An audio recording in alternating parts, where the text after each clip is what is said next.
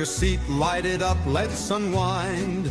Kevin and Kerr bringing topics of all kinds, from cigars to sports, family and more. Everyday stories you'll want to explore. So take a puff or ponder away. Join the talk, it's the highlight of your day. Puff and ponder where the sparks ignite, conversations blazing day or night. Tune in now, let the stories take flight. It's the Puff and Ponder podcast, where we get it right. From fast cars to last night's game, family laughs or today's big name. We've got the topics, we've got the vibe. Stay tuned in and enjoy the ride. So lean back, relax, take a break. Kevin and Kerr got the chat you'll appreciate. Puff and Ponder, the show that's great, where conversations ignite. Don't hesitate. What's going on, everybody? Welcome to the Puff and Ponder podcast, where conversations ignite. I'm your host, Kevin Shahan. Joining me, as always, my co-host, Kerr Viajante. I'm always worried you're going to unclick that and people are going to hear me sing into that song loudly and badly, like halfway through. Like someone horribly singing a show tune. Oh, I know. Yeah, it's bad. I cannot sing. What's going on, Kerr? Nothing. I had to unplug the heater because I didn't want one of those moments like last week where I'm like, Jen, you unplug? Yeah. Unplug the whole freaking system. But other than that, it was a long day today, Kev. Today was a long fucking Monday. It was like a double header. Was it? I had I had a day off today. So I had yesterday and today off. Yesterday was my first day off in 13 days. And I got a nap yesterday and a nap today. Back-to-back nap days, that's rare. And my body needed it, man. Like my body was fucked. It was just getting old. Shit sucks. And haven't been eating that much. Yesterday for dinner, I mean, I just, we made tacos and I devoured 6 full-size tacos. And then I made like a giant taco salad bowl. So, I mean, wow. I bet I ate 3 pounds of food, and it's just my body's like, hey, we're done with this. We need to recover, relax. But you know what it also needs? It also needs a cigar. What are you smoking, Kerr? I'm actually smoking something I picked up just recently. Right down the street from us, there's a cigar lounge that opened up, and it actually reopened. So the name is Noble Leaf Cigar Lounge. Yep. They redid the whole inside. It looks great. Adam is the owner, and really the flow of the lounge, just everything about it's cool. Their humidor, I've spoken about the cigar lounge prior. And their humidor at the end, before they closed up and then rearranged their ownership and did everything, their humidor is really looking like a Santa Clara magazine, like a catalog. It really did. But he's brought in a lot of really good stuff, some good boutiques. He's brought back Saka, which they stopped, thank God. And this is a new cigar, so I'm sorry I answered your question the long way, but I mean, we were at the soft launch, but this is from this is called John Knox. This is a Maduro. It's from Reformed Cigars, and this is my first. Jennifer smoked a couple of them and really, really, really loved them. So I'm gonna give this one a try. I'm not familiar with the. Is that Osama bin Laden? John Knox, Kevin. It is not Osama bin Laden, but you don't. Did you realize what that looks like on my end through the camera? Oh, I'm sure it did. But yes, my Osama bin Laden cigar, brought to you by no, you goofball. It's John Knox. Oh gosh, You can keep saying that name. I don't know who that is. Yeah, you can say it. Say it again, Kerr. John Knox. John Knox. Yeah. Well, I what I'm doing is I'm laying the foundation for you to get Osama bin Laden out of your head. Okay, so I got to say John Knox a couple of times because he's a pretty powerful guy. So John Knox, he's considered one of the founders of the Presbyterian Church of Scotland. Okay. So he was a theologian. He was a Scottish minister. He's heavily influenced by John Calvin, which is another cigar that the Reformed cigars carry. Very much against the Catholic Church, and so yeah, he was a big player in the Presbyterian Church in Scotland. Very much a one of those church governance type folks. So back from the 1500s. So it's an interesting brand, the cigars. I mean, they're named after, they have a whole bunch of guys who probably you would mistake it as Osama bin Laden and all of his friends. But they got, a number of John Calvin blends.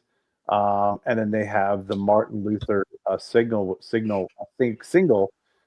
which is, we picked up one of those when we were over there as well. So I'm really interested in smoking this cigar.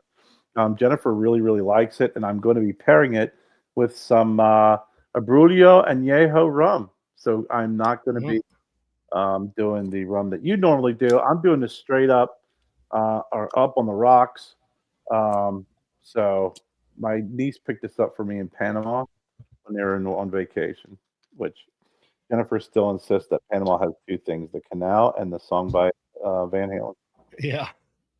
Well, I am enjoying a real good trash from Trash Panda Cigars. I smoked one earlier, and I was actually kind of excited because these are the ones that came in super moist, and I spent the last 3 months dehumidifying them.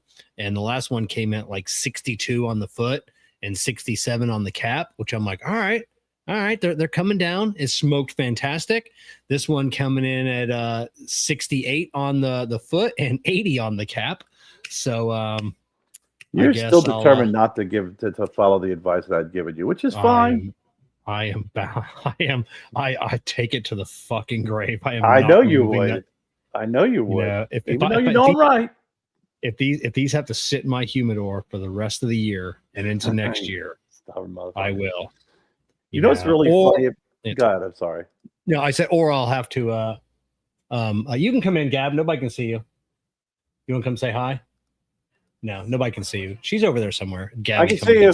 I can see you. Yeah. So, what's crazy? If you take a look at this cigar, this is actually a pet peeve of yours, right? Which I find funny when you look up reformedcigars.org. So you can see this cigar, Kevin, is got a foot band.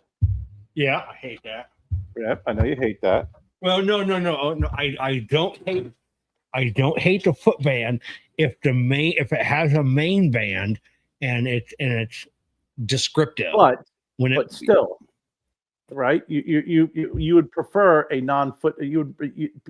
What's funny is when you look at the pictures, right, online, the pictures online. When I had to do a double take. The pictures online have it up here, like this. Oh. Which I like better. I like a second band on top of the, underneath the first band. I think that looks pretty cool. But yeah, foot band if you want to protect the foot, whatever. But when I looked online, I was like, what the hell? That's not the cigar I'm smoking. And I was like, oh shit, that's the foot band just moved up. It's just like Urkel. The foot band just pulled up around the nipples. Yeah, I'll have to look into that cigar. Look into the company. I've never heard of the cigar or the company before. So I'll have to when I send you the lighter, I'll have to send you a couple cigars. Right on. And I'm pairing mine as always with Bacardi and Diet Coke. But I've got Don here. Any Michigan fans in here? I think you got one in there. What's going on, Tracia or Tracy? I don't hate the foot band if it actually come off without. Yeah, I agree. So it's Bacardi and Diet Coke with lime. I've struggled for the last 2 weeks of finding Diet Coke with lime. It's very limited. It's only coming out. It's like at the end of the year, it's discontinued. So the last 3 grocery store trips I found, I bought every 12 pack I could. So I've got like a little bit of a supply. I've got like 8 12 packs. So I need to bump those numbers up a little bit. So that's out general for you around here because I cannot stand lime Diet Coke. But she doesn't have to look. She's not gonna. I don't want to have her to ship them, or I'm not gonna come out. I don't like it that much. I'm not driving all the way up there just to get some. Trying to be nice. If I can that's say it. Trying to be nice, Kevin. Shitting all over the niceness again. Like Jessica said. Go blue. What they won by 1 point? What is this? Go blue. Victory's a victory. Yeah, a victory is a victory. But yeah, I mean, the 18th, and they're not going to move up tomorrow.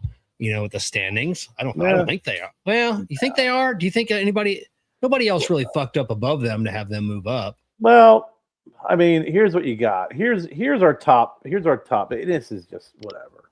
It is what it is, man. First of all, University of South Carolina screwed the pooch. They had the opportunity to really come through, and that coach should be fired. 30 to 3, 27 points at halftime. At the half. And as Adams is getting ready to freaking punch it in, a horrible freaking lateral pass, they get the ball back with plenty of time. And all they do is run the freaking ball up the gut. And it's like, who's calling your plays? It was like watching the Lions last night against the Eagles. They were like, they were 4th down. They tried 4 times and didn't get it. Just horrible. But Ohio State's number 1. They really struggled yesterday with Saturday with UCLA. Yeah. Indiana's still showing everybody that they're for real, that they're just not an accident at number 2. Texas A&M at a strong 3. Here's where I'm like freaking vomit city, right? Alabama's number 4. The AP. Wait a minute. The AP still has Alabama in the top 5. Alabama. What are they? 3 loss team now? This is the CFP, college football, whatever. Alabama at 8-2 is number 4, and 1, 2, 3, 4 teams underneath them that are 10-1 and 9-1. Georgia 9-1, another vomit city. Texas Tech 10-1. Ole Miss 10-1. Oregon 9-1. Notre flippin' effing Dame at number 9, and then Texas at number 10. Texas number 10 with 3 losses. They should be ashamed. Oklahoma is number 11, BYU 12, Utah 13, Vandy's 14. The Hurricanes are at 15. Georgia Tech, what the heck's number 16. USC 17. Go Big Blue 18. Virginia 19, Louisville 20, and no one really cares about the next 5. Yeah, no, nobody cares. So I'll be interested tomorrow night when they have their always their live Tuesday night, and then their playoff picture, which hasn't really changed too much. You still got Ohio State, Indiana, in there. So now here's the college football rankings in ESPN. Okay. Yeah. So they give the AP top 25, and they're giving the AFCA coaches poll, right? So top 3: Ohio State, Indiana, Texas A&M. Yeah. Okay. Georgia's number 4 on both. Ole Miss is number 5 for AP. Texas Tech's number 6. Oklahoma number 8. I'm sorry. 1, 2, 3, 4, 5, 6. There's a bunch of teams 6. It's Oregon, Texas Tech, Oklahoma, Notre Dame, Alabama is like freaking all the way down. Same on the other one too. It's same, just a little bit of a mix there when it comes to where did Alabama fall on like the coaches poll? 10. 10. Yeah. Gonna leave them in the top 10, hey? Leave them top 10. Three loss team in the top 10. 2 loss team. Oh, is it 2? Alabama's only lost twice? Yeah, they're 8-2. Oh, I thought they were. I thought they were a 3-loss. Michigan team. slid up to number 7 to number 17 in the coaches poll. They got Texas above them on the AP because Texas with 3 losses really need to be in that freaking top 20. Them and Tennessee, give me fucking break. But yeah, Alabama. Bama's Bama lost to Florida State and they lost to Oklahoma State. Yeah, people. You know about the Michigan. There, people were saying Michigan's gonna be trying extra hard on the Ohio State game because if they can beat Ohio, they have a pretty clear path to being in the championship game. And I'm like, what? They beat Ohio State. I honestly thought they would be higher right now than 17-18. I realize you're freaking squeaking one by with freaking Northwestern. I know that's not doing you any favors. But and then the week prior, I think they only won by 3. Yeah, I mean, listen at best. When I'm looking at teams like, Notre Dame, they're 8-2. I mean, come on, man. Michigan could easily realistically be somewhere around 12, 13. No, no. They haven't had a good win. Do you remember Don Hemberger? I don't remember. Don, is this for Kerr or me? What? Don Hemberger. Yeah. What's going on, Derek? I don't know. I need more details. Not everyone's overlooking Indiana. Indiana's just going to be the Big Ten championship game. So even if we lose to Indiana, we're still in the. I think even if Indiana, it doesn't make any difference which one of us loses. We're both still in the, as long as we finish out, with no losses, and then we play each other. No matter who loses, still in the championship game. Well, they're in the playoff picture. Yeah. No, I mean, I don't think anybody's writing off Indiana. I mean, I think that it's just kind of like, I think they've been, outside of, their victory against Penn State, overall, they've been winning pretty big, but I don't know. I know you're not, I don't even know why I'm going to ask you because you just hate Michigan no matter what, but you really think you think Miami's better than Michigan? Yes. I think Miami would. Holy shit. I think Miami would dust Michigan. USC is better than Michigan. Come on, Kevin. Listen, I'm at least objective. I don't like Ohio State at all.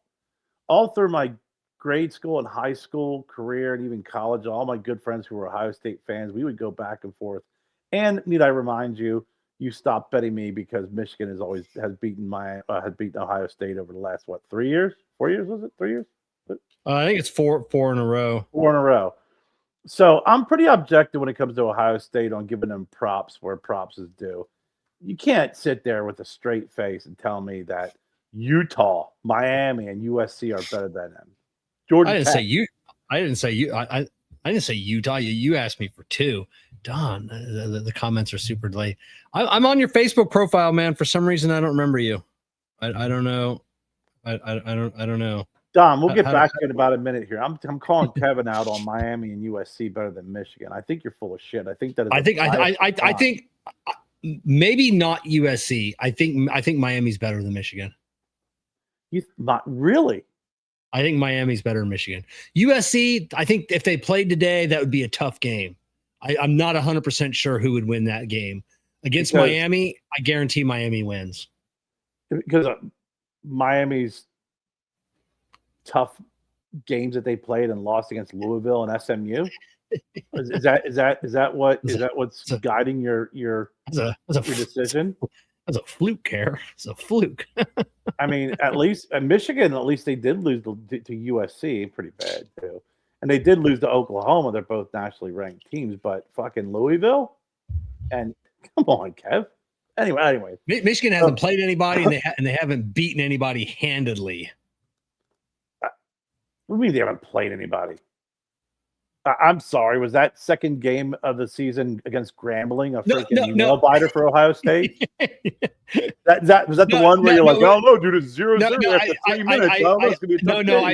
I misspoke. I didn't mean that they haven't played anybody. They haven't played anybody and beat them handily. They haven't had any blowout games.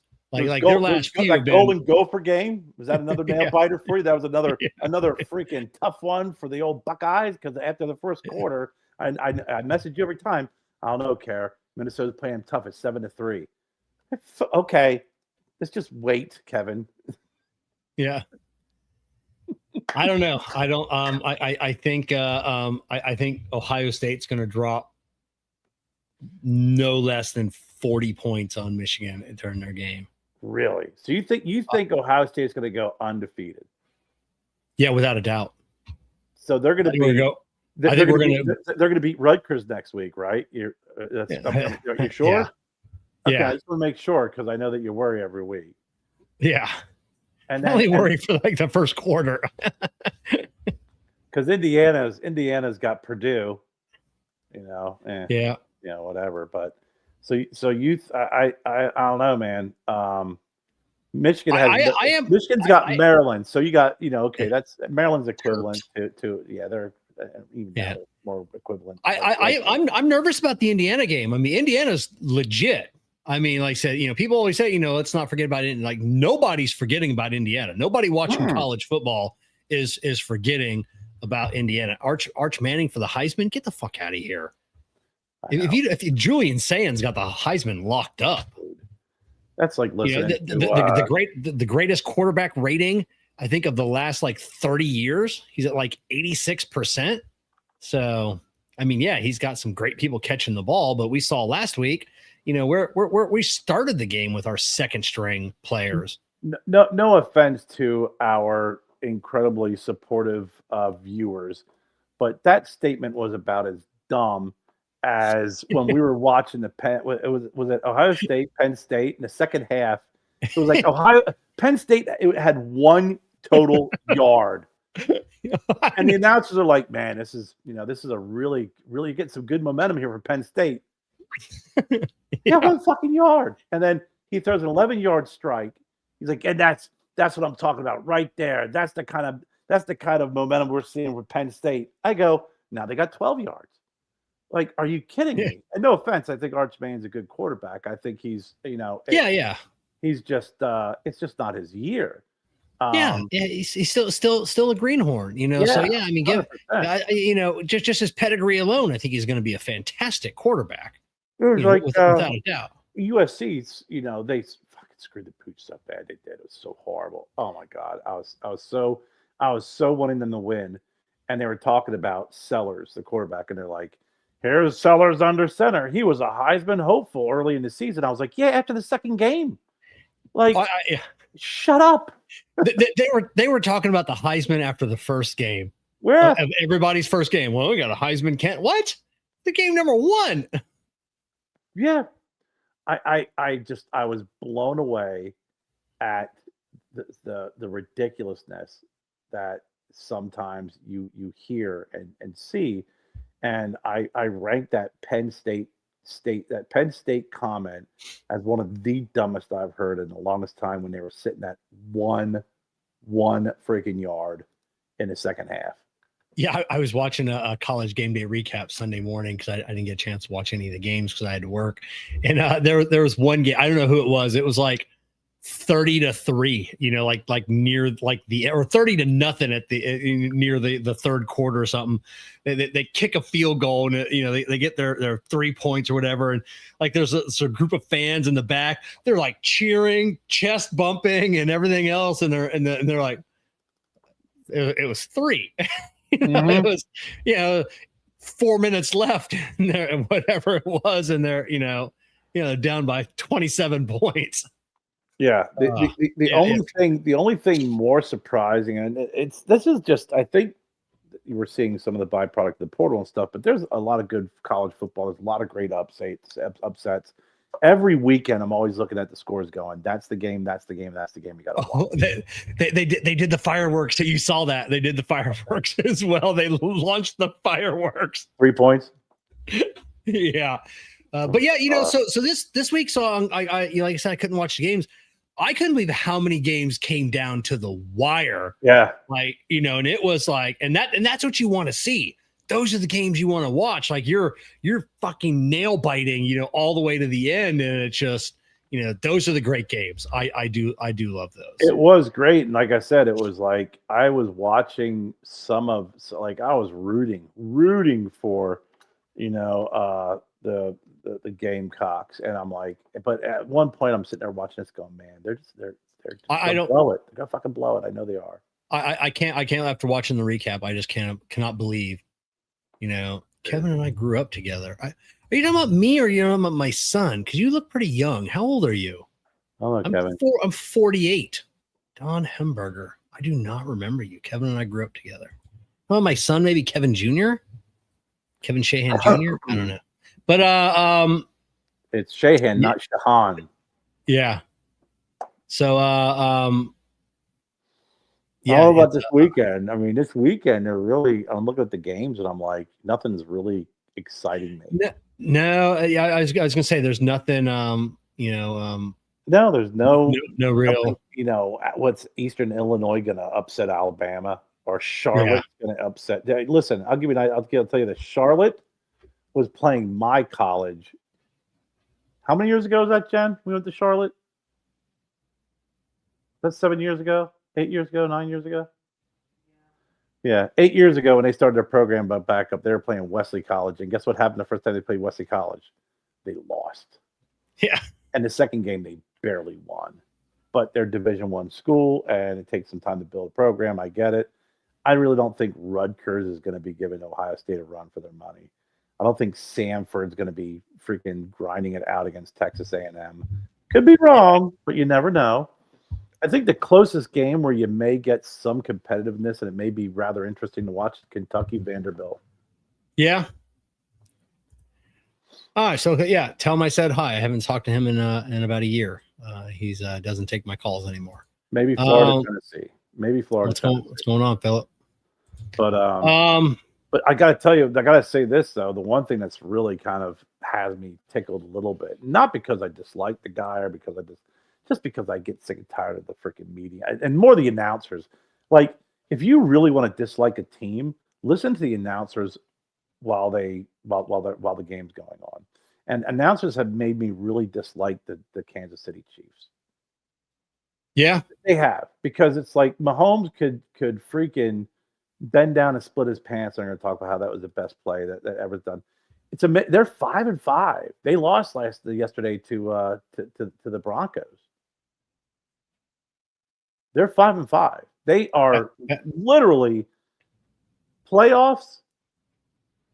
Are the division winners, the wild card, and in the hunt, and they're last, like barely in the hunt right now. That's nuts. That's nuts. I see the Dolphins assign McDaniel and Tua, bringing them back for 26. Well, yeah, that's what we need. That's what we need. Yeah, we don't need a change. Yeah, we don't need a change or anything. Listen, it's same in business and sports or anything else like that. When you got good players and you keep losing and you're not doing well, maybe it's not the players anymore. I was listening to John Gruden not too long ago, a couple weeks ago, and he was on someone's podcast, and he was saying, like, there are teams that go out there and they try and win the Super Bowl every year. That's their goal, and other teams don't. There are other teams that are run like businesses, and they're there to make money, but not necessarily win the Super Bowl. And I think the Dolphins are one of those teams that don't care about winning the Super Bowl. They're I don't know. They probably still make more money than we can imagine. It's like the Pittsburgh Pirates. When I lived in Pittsburgh, the Pirates they had the lowest overall salary in MLB. They made money. Honestly, Kevin, I've gone to a lot of pro games, pro sporting events. It was the only time I ever was like, hey, I got freaking tickets for Tuesday's game, but I really don't want to go. I'd like to go to Saturday. You can go to the freaking stadium and be like, hey, can I trade these in for Saturday? Like, yeah, sure.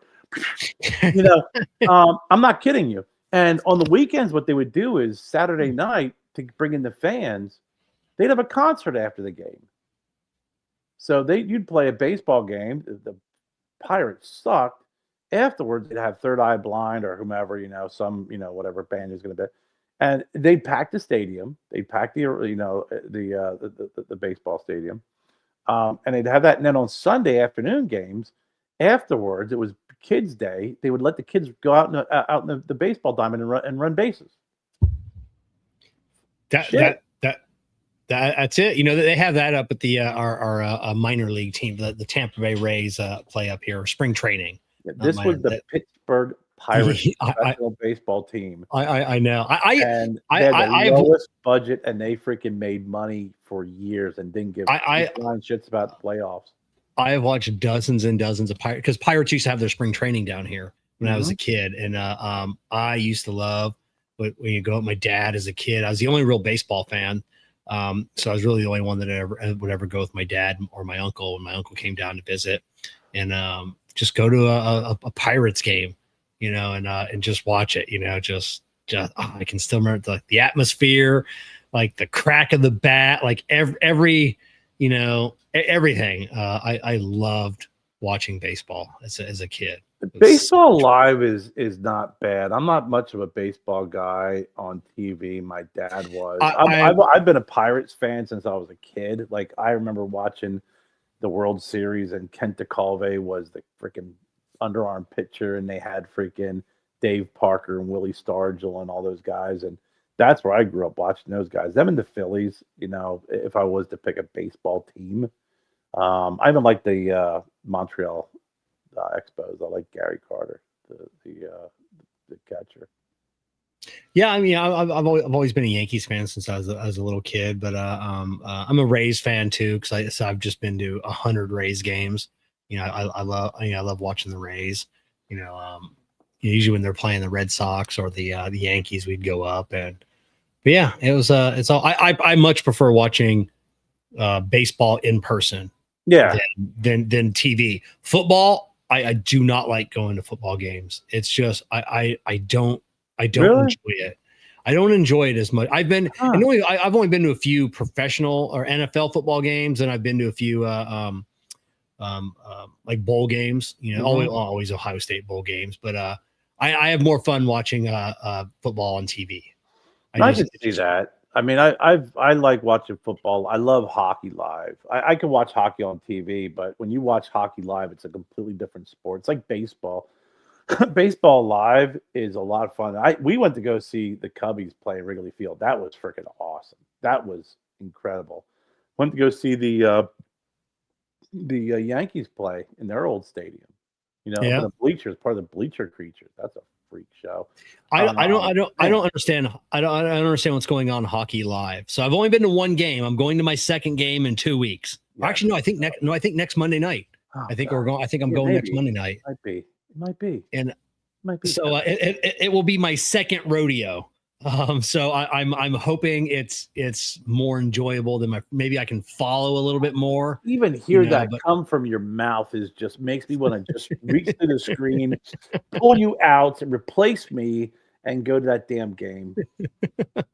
Well, if you don't understand line changes, you don't understand offsides and all that kind of crap. 100%. 100%. I don't know the rules. You don't see a lot of that shit when you're watching it on TV. All you're seeing is, you may see, you're like, why in the hell is there a break? Why are there less guys on the ice? Well, they got to do a line change, but hockey live is probably one of the most exciting sports. In my opinion. Next Monday night, RJ. Thanks, RJ. Craig Vanderslice and I are going up to the game and watching it from the JC Newman Diamond Crown box. Some of it. Go Flyers. You know what? What's going on, Matt? RJ, I got to tell you something. First of all, I'm a diehard Flyers fan. Secondly, I'm a big cigar fan. So going to this game would have been freaking awesome. Kevin's very first live hockey game was in the JC Newman Lounge. So he got to sit and watch a hockey game while smoking cigars and drinking a drink of his choice. It went into overtime, and it ended in a shootout. His first hockey game ever. I'm told that's a big deal, RJ. You can't fail forward any more than that. And then he's like, "Hey, it was pretty cool. I guess I don't know. I didn't know what was going on." And I'm, starting to fashion my Kevin Shahan, voodoo doll. I'm getting the little pins out. But yeah, that was your first hockey game. It's God, it was like Spain. When they the Dolphins, they just recently played in Spain for the first time. It went to overtime. It was a great game. It's like if you're gonna go see a football game, that's the football game you want to see. It was a great game. Yeah, yeah. When they played in Ireland, was it? Yeah, the NFL. When they're just weren't they in Ireland just a few weeks ago as well? Why in England? Was it in England? Oh, maybe it was just the announcer was Irish and he was talking about, and he was like really into football, like he knew a lot, But it was just weird, or the sideline reporter or whatever it was, hearing him talk about the game and the love of the game. And I've been watching some of these videos on these rugby people, like the rugby player. Oh, like the rugby fan. It played in Wembley. Oh, was it Wembley? Yeah. Okay, just must have been in Ireland. I thought it was in Ireland, but these rugby fans are like, oh, the NFL's nothing compared to rugby. And then I've been watching some of these reaction videos of rugby players watching NFL games and watching some of these guys get hit, and some of these rugby players like, how do they not die? They'd be like, oh my God, like I hurt from watching that. RJ, honestly, I got to tell you, I do not recall Holtz Cigars having a lounge at Wells Fargo Center. Is that where the Flyers play? Wells Fargo. Yeah. It's been a minute since I've been in that stadium. Actually, I think I went to go see. It was before it was Wells. It was the First Union Center. It was the FU Center. That's what they used to call it. Of all places, right in Philadelphia, you're going to have the First Union Center. It's going to be the FU Center. Yeah, okay. Wells Fargo. So I don't recall that. I remember spending a lot of time at the gosh, what is the name of that freaking Victory? The Victory beer, the bar, and drinking some beers, and then watching him. I didn't remember the Holtz having a cigar lounge there. Yeah, I was not privy to that information. But yeah, hockey to me is the best sport to watch live. I can see your point when it comes to football, 100%. I do. So Miguel, yeah, Miguel. Because I've seen. I mean, the tough part too is what you've experienced. And years ago, when I was in pharmaceuticals, our company had super boxes. That's when you take your clientele, and every once in a while we get our freebies, or we could get tickets to go to the game. And once you sit up in that box and you're like drinking beer and like eating food, and you have your own private bathroom, and then you can just walk down and sit and do whatever the hell you want. And when you're that bored that you can just go sit on a couch, and this is when you know it's pathetic. When you're at a live event and you're sitting on the couch watching the live event on the fucking TV in front of you, that's when you really got a problem. And it's like, after you've experienced that, it's like, God dang, I don't want to sit in that 700 level. That's terrible. All these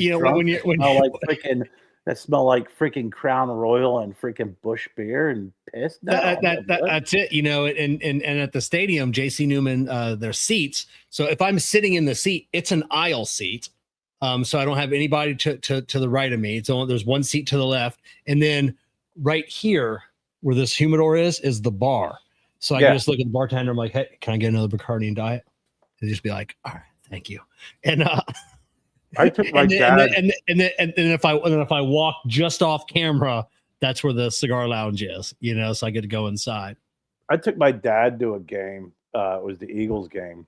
I think it was the Eagles-Bears game. And there was a mid-level area in the arena. And it was a restaurant, and it was right in the corner, like you're in the end zone right in the corner. So you're about midway up, so you can see everything pretty good. And they had this freaking ridiculous food buffet. Like, it was ungodly. Like, I ate till I couldn't move. And then my dad and I sat at the bar drinking beer, watching the football game through the glass. And hold on for a second here. Why is this telling me my freaking battery's low, Kevin? Hold on for a second. I don't know what's going on. My I don't want to get disconnected here, dude, but this is not good, Nav. So yeah, I was blown away by this. I was like, oh my God. So we were in seventh heaven, man. It was fantastic. Keep talking, Kev. I'm losing power. I'm losing power fast. I don't know what my did you unplug the wrong one? No, yeah, I know, right? I put it Jennifer. No offense, Jennifer. No, I don't know why this is doing this, but I don't know if it's the cord or what the deal is, but it's not charging right now. So while Kerr's having a technical difficulties, Hashimoto, not to change the subject, but I've been watching Kevin's turkey sandwich challenge, and I can't believe how hungry you made me from just watching the short videos. I wish they had smell-o-vision. Sorry about that, folks. I had to I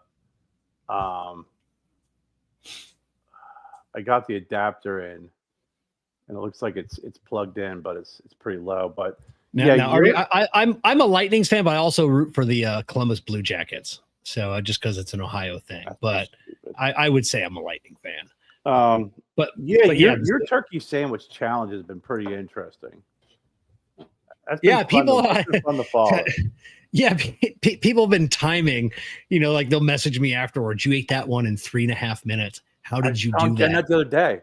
You're like, okay, I'm going to try this sandwich. You're like, well, I could taste cranberry. Well, and I'm like, did you eat it? I thought you'd eat your fucking finger. I mean, seriously, I knew you were a fast eater, but it's unsettling to watch how fast you eat that sandwich. And then when I'll hit pause, I'm like, this is a 6-minute video, and then you're shoestring fries. Yeah. So I've only got a couple of sandwiches to go. I'm on the fence about the Subway one. Like half a dozen people have sent me that press release now from Subway. Saying for the Subway Thanksgiving. You got to get it and try it, but I guarantee it's gonna suck. Yeah, I think I might do Sunday, or I think I might do Subway tomorrow. I got to get up to Sarasota for the was it the Bobby? What's the name of that place, Kerr? Hot Bobby's, Capriati's, dude. Capriati's. But Kevin will do this just to go up oppose me. It'd be freaking a dick. But Capriati's is, and I've had other sandwiches. I haven't had all the ones that you've had. The Arby's sandwich is horrible. Capriati's is hands down one of the best fucking subs I've had. Coop says if it's not like my favorite, he'll buy it. He'll give me my money back. I'm with Coop on that. I agree, and that's been around for a while. Like I was living in Reading, it's like I would say it's an up north thing, isn't it? That's where they started. What's really weird is when they first came out, right? One opened up in Dover, Delaware, where I was in college. Okay. And when you looked at the Capriati map, there was one in freaking Nevada and one in freaking Delaware. I think they started in Vegas, if I'm not. Oh, really? Wrong. Oh, okay. And then now they're all over. But I remember, my buddy, my roommate Dan, when I first, was like 95, 96. I graduated college, was working at Enterprise. I lived with Dan, Rob, and Pete, and the girl I was dating at the time. She used to get us the Capriati's because they would sell them, in that northern Delaware, Philly area, that whole area, and whatever we used to go down to visit my college or go down to the beach, we always would stop at Capriati's and get a freaking hot Bobby and freaking crush it along the way. Okay, yeah, because you and Coop talked about it. I thought it was a Philly thing, so okay. No, so, I guess they got gotten bigger in that area. Yeah, and I thought the closest one to me was Tampa, and then I think you sent me the link that there's one in Sarasota. Mm-hmm. So I like Googled it, and Tampa came up like that's the closest one. So I think maybe Jessica and I will go down maybe this week. when No, when if there's one they in go up Tampa there. or some of the ones you probably got, I would not send it to you. But I was like, damn it, Kevin, this is one that is, this would be worth the trip. If you ask me, it's Yeah. fantastic. It was the first time I was introduced to a Thanksgiving type sandwich. Yeah, so I got two more. I'll probably do Subways tomorrow, and then maybe Jessica and I will go up to Capriati's this week, and then So and that'll be it. Jennifer recommended Firehouse, and you like Firehouse, right? So far, Firehouse for the win. Now, Wawa makes a fantastic sandwich, but what edged Firehouse out was the portability of eating it. Yeah, you're saying. like you cannot eat like a Wawa the turkey sub in your car as you're driving. They do have a wrap, which is more like a burrito. It doesn't count. I would be concerned still about eating it. But that Firehouse, the way they made it, the way they layered it, it was absolutely perfect. So if anybody's looking for like the Thanksgiving meal in a sandwich, definitely Firehouse, I think, has got it locked down. Waiting for my buddy Ray over at Mouthhole Barbecue in Sarasota. He said he's going to make one for himself last week, so hopefully he made it because he smokes his turkeys. I was going to say I bet that's going to be just crazy good, and everything they makes from scratch. So it's going to be stuffing from scratch, cranberry from scratch, mashed potatoes from scratch, gravy. So it'll be, it'll be a good one. I predict that the smoked turkey is going to be overwhelming and take over the flavors of the cranberry and. No, because his smoked turkey, the way he smokes it, I've had his smoked turkey before because he makes the Twisted Rachel, which is the Reuben with smoked turkey, and the smoke is so light. Reuben is Rachel's got turkey. No, so it's the Twisted Rachel. So it's got corned beef and turkey. Oh, it's got both. Okay, yeah. It's got both, and his turkey has it's so subtle, such a subtle smoke. I've had some smoked turkeys that I know what you mean. Yeah. Like it's just got that deep smoke to it. They use liquid smoke. Who's that? A lot of people who use liquid smoke. they add liquid smoke. Yeah, I don't know, and I don't like overly smoked meats. So, but his is so moist and juicy and such a light smoke. Yeah, so I'll be if he makes one for the general public. I don't know if he will or not. And Jessica's right. You could tell when someone uses liquid smoke versus regular smoke. For some reason, that liquid smoke is more overpowering and actually has a little bit of a synthetic flavor. Yeah. Matt Hashimoto says hi, Jess. Hello. She says hi. I bet the best sandwich company at Kevin's house I know make the best one out there with all our stuff. Oh yeah, you always make the best. Everybody makes their best turkey. Sandwiches at home, and because just the ratio is always perfect and everything. So we're doing all of our stuff. We ordered everything from the Honey Baked Ham Company this year, so we'll be. We didn't do it turkey. Yeah. Oh, we did ham. Oh, we did ham. But I think I'm gonna honey baked ham. What are you gonna pick up a turkey? We're gonna have turkey, and we're gonna have enough food. It's gonna be just me and Jessica eating, and Wyatt eats ham. Yeah. So we got ham. So we're gonna do I'm gonna make a ham gobbler. It's honey baked ham, not honey baked turkey. Yeah, they have turkey too. I know they do. I'm just joking. But it's like I think it's like the sliced turkey, like the turkey like loaves, and then you slice it. Yeah. So it's like the process. I used to eat a lot of honey baked ham back in the day. They used to have really good meals, good box lunches. Oh yeah, they have a great. Jessica and I went up there one day for lunch a while ago and just had lunch and not every honey baked ham has a deli. Yeah. Like ours has a deli. So smoked jalapeno poppers. I've had smoked jalapeno poppers. Man, it was and they're really good. Matt, and I tell everybody, if you've never had smoked deviled eggs, you've got to make them and try them. I was at the Barn Smoker event in Tennessee, Kentucky. I think it was Kentucky, may have been Connecticut. But they had the VIP party or dinner beforehand, and it was all barbecue. And the guy made a smoked deviled egg. They took the raw eggs and smoked them till they were done, and that smoke went through the shell and it was just, I don't know how many I ate, but I love deviled eggs, so I can always eat tons of them. But they were absolutely amazing, and I've never had them again. I've never had anybody make me smoked deviled eggs since. That sounds delicious, though. But I'm like, I love deviled eggs. If I walk in, I see deviled eggs, I'm like, God damn, just. We were at a party at my buddy's barbecue last year, and I just kept going. Jessica and they're just counting. It was, I don't know, 12, 14 eggs, whatever it was. And it was at Ray's. It was at Ray's. I'm talking about at Ray's. Yeah, and it was just, I just eat them until. Tell Jessica to grab a headset and join us. Out loud. But he said, grab a headset and join us if you want to. I got things to do. I'll take a 5-minute break. Yeah, she's only taking a 5-minute break. She's still working technically, but yeah, 6 minutes. So I'm a deviled egg fan, and I'll eat them until I vomit. I'm the same way, man. I love deviled eggs, man, and and you get some of the ones that I've had. You just see, I'll eat plain deviled eggs. I'll eat all the fancy with the freaking sliced jalapeno on top. Some onions and God Almighty, love it. Yeah. I've really never had. I've had some that are plain. Like Jessica's mom and my mom. Like they make they're not fancy. They're just plain deviled eggs, and they're still good. Your grandma's. Except Jessica's mom does put a one black olive, like a slice on top. Yeah, I've had those too. It looks like an eyeball. It's perfect. Yum. Yeah, it's a. What are you talking about? I've never seen her put a black olive. Yeah, she puts black olives on hers. No, all of them. No, she does. I've never seen. She does.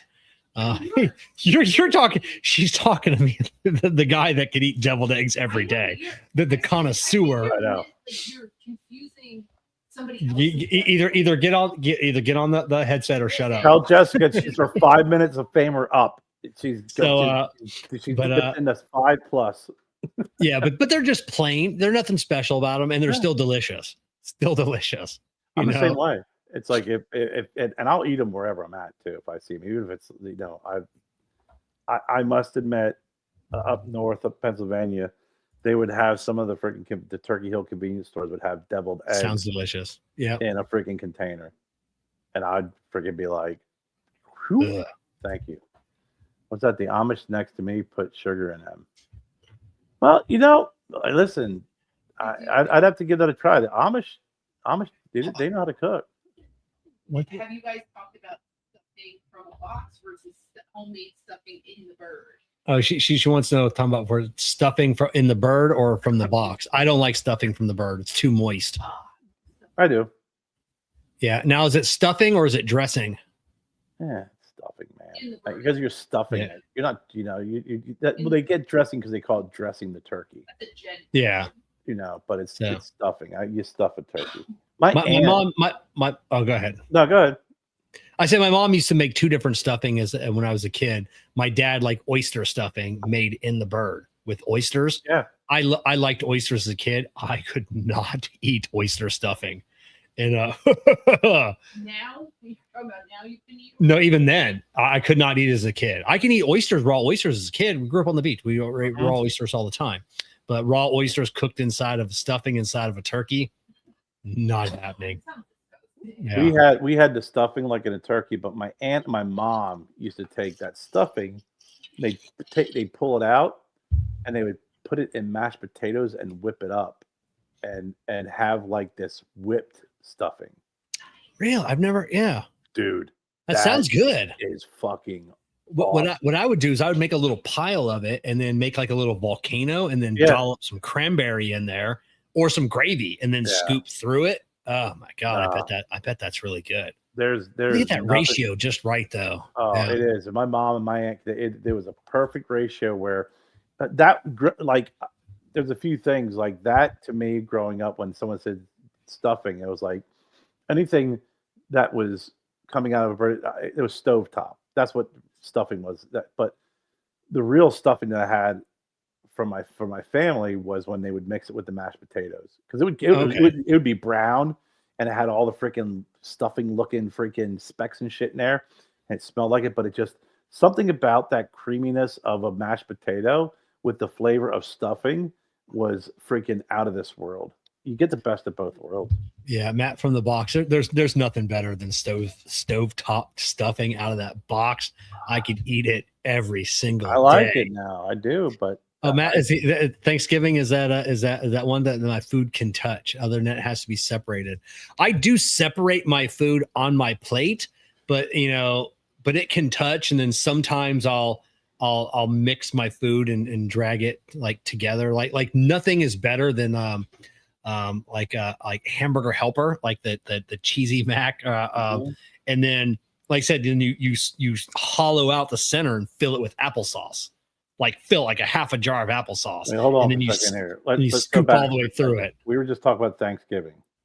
Yeah. And you just said that nothing's better than Hamburger Helper with a No, I'm talking about when your food touching. Okay, because when you start talking about putting applesauce in Hamburger Helper, I was a little concerned. It's delicious. What? It's delicious. Hamburger Helper? I Well, love hamburger. Yeah, helper. but you sound like you said you take Hamburger Helper and you hollow out the center and you put applesauce in the middle of it. No, on your plate. Like you put like a whole bunch on your plate and then you like move it all off to the side. So there's a big opening in the middle. And then you fill that opening with applesauce. And Hamburger Helpers around it. Yeah, all around it. So then when you scoop through it, that's gross. You get Hamburger Helper and applesauce. That's really gross. Hot. Yeah, I thought I heard you. Like, no, that's fucking horrible. It's that hot and cold. Yeah, it's that hot and cold together. Oh my god! Oh no, man, it's great. Hamburger Helper and applesauce. What? I mean, Jessica won't eat it either. Oh, it looks. I mean, I'm just the visual itself is like worlds colliding. That just doesn't make sense. That's terrible. I don't know, man. I can't back you on that one. But I don't care about my food touching. But my buddy Matt, we used to do Sunday dinner at his house, God rest his soul. And he used to take his mom would make he'd take mashed potatoes and just put a big pile and make a big volcano, like you said.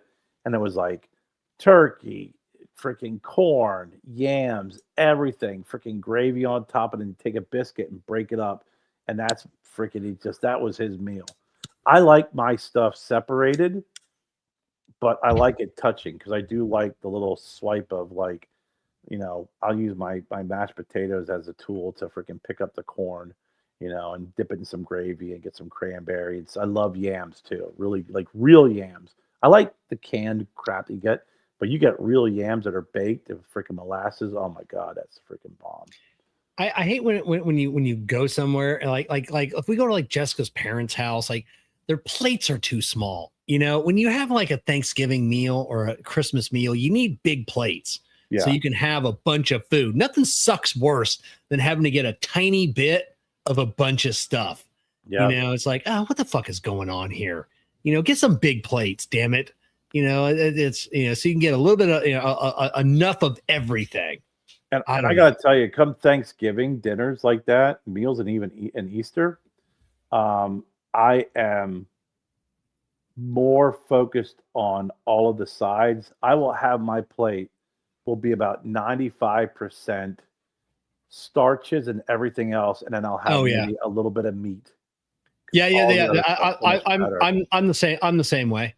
I'll have it'll all be sides, and then I hate when people don't have like their setup is dumb. Like everything should be buffet style, separated from the table. Nothing should be on the table. Nothing like passing over, and it's just, oh, hey, while you're eating, hey, can you pass this over? Go fuck yourself. Yeah. So everything should be buffet style outside the table. And that way you just go up and you eat, and then there should be room around the table. I've been friends' house like oh, like you can get up and get something more food, but then like you ask like 9 people to move, and you're like, what is going on here? That's I just get crotchety in my old age, I guess. That's why we're just doing Thanksgiving here. We're not going out. We ordered all the food. We're gonna go pick it up, and then we're just gonna have dinner here by ourselves. And that's a smart move. I mean, because Jen will make a big dinner and she'll put it on the table and we'll do the whole, like you said. When I hate this, like, hey, can you put some mashed potato? A little bit more, a little bit. Yeah, I know. No, a little bit more. Hey, can you put a little bit? And I'm just like, you know what?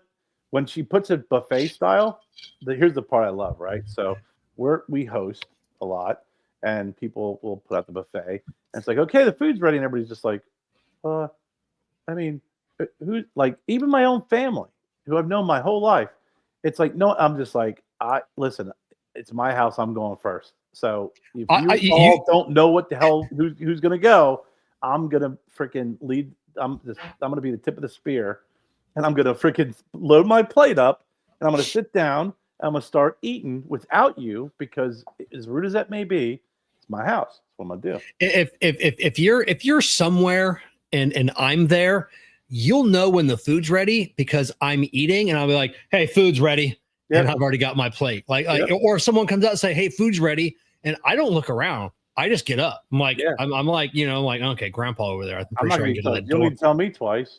Yeah, do not need to tell me twice.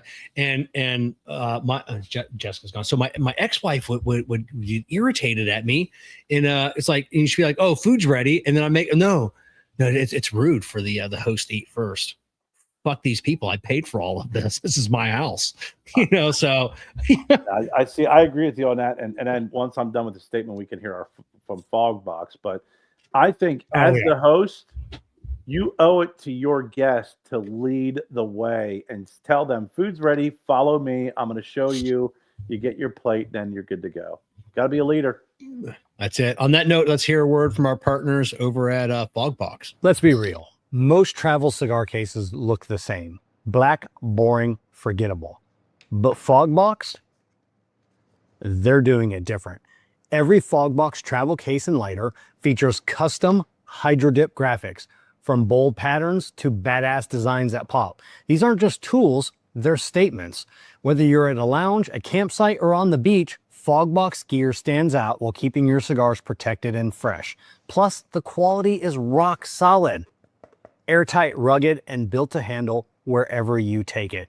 If you're still carrying around the same black, plain cigar case everyone else has, it's time for an upgrade.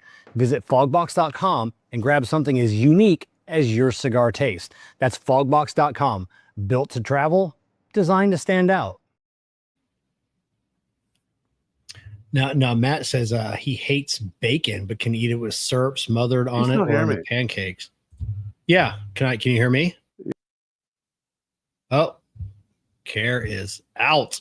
Must have been, they're having trouble streaming the Facebook too. Must be something on StreamYard's end. So, Matt, Jessica puts bacon on everything and in everything. I used to be a huge fan of bacon, but now it's just, it's getting to be too much. Like there's just too much bacon in the house being cooked all the time. And I'm starting to get burned out from bacon. So I don't know. Yeah, and I understand, the juice is running into other foods, and there's nothing, I'm a food weirdo as well. I can't my being a germaphobe also runs into like food. I have a tough time at I don't like potlucks because I don't know who cooked them and who cooked the food. I don't know your kitchen. Like the people I work with, I see them come out of the bathroom without washing their hands. So I'm like thinking, they cook the same way without washing their hands. If you get some potluck for me, it's clean as hell.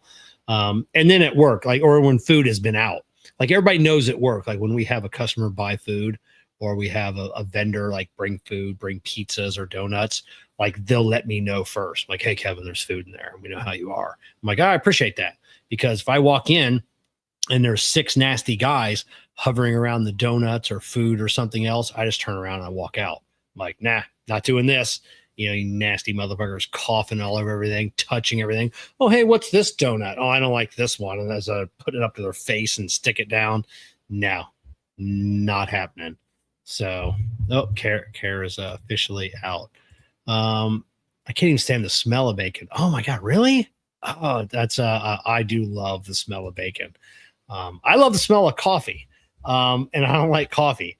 Hot coffee, nasty. Do not like it. But man, you put me in a room or I mean, I could work in a coffee place because just the smell is absolutely intoxicating. Let me make sure to see if that was okay. Kara, he'll be right here. But yeah, Kevin's food comes out of the steroid. You know, I was Jessica and I watched a documentary on how they make food and put it in the tubes. It was how they did MREs, how they were making MREs, how they were made, packaged, but also how they were developed as well. And they also I think it was the same company that made the tube or the food in a tube for like I think it's the U-2 pilots. Maybe it's the stealth bomber pilot. I think it's a U-2 pilots that have to eat out of the tube, and everything is made in there. And I'm like, that's it. That's what I want is if I could eat all my meals out of a tube, that would be the end all be all. Because I think the one they were making that day was spaghetti and meatballs. I forget who the host was. That was they didn't tell him what was in it, like in the tube, and he tried it. No, I think that one was Adam Richman on the tube food, and but yeah. So as soon as I saw how they made the food in a tube for the it was for the U-2 pilots. That's what I want. Oh yeah. That's what I want. That's all. If I could just, because eating, showering, and going to the bathroom, just the three biggest waste of time of my fucking day. Absolutely just annoying as all get. And food is the worst. Food is the biggest time consumer. I could justify shower. I'm a mechanic. I got to shower every day. So it's about 7-8 minutes out of my day. Not too bad. Going to the bathroom, fucking waste of fucking time. But eating food is just irritates me to no end. Having to consume calories. Now I love food. Like when I get a good meal, I thoroughly enjoy it. But for the most part, I hate eating. I hate consuming. Except for a good meal.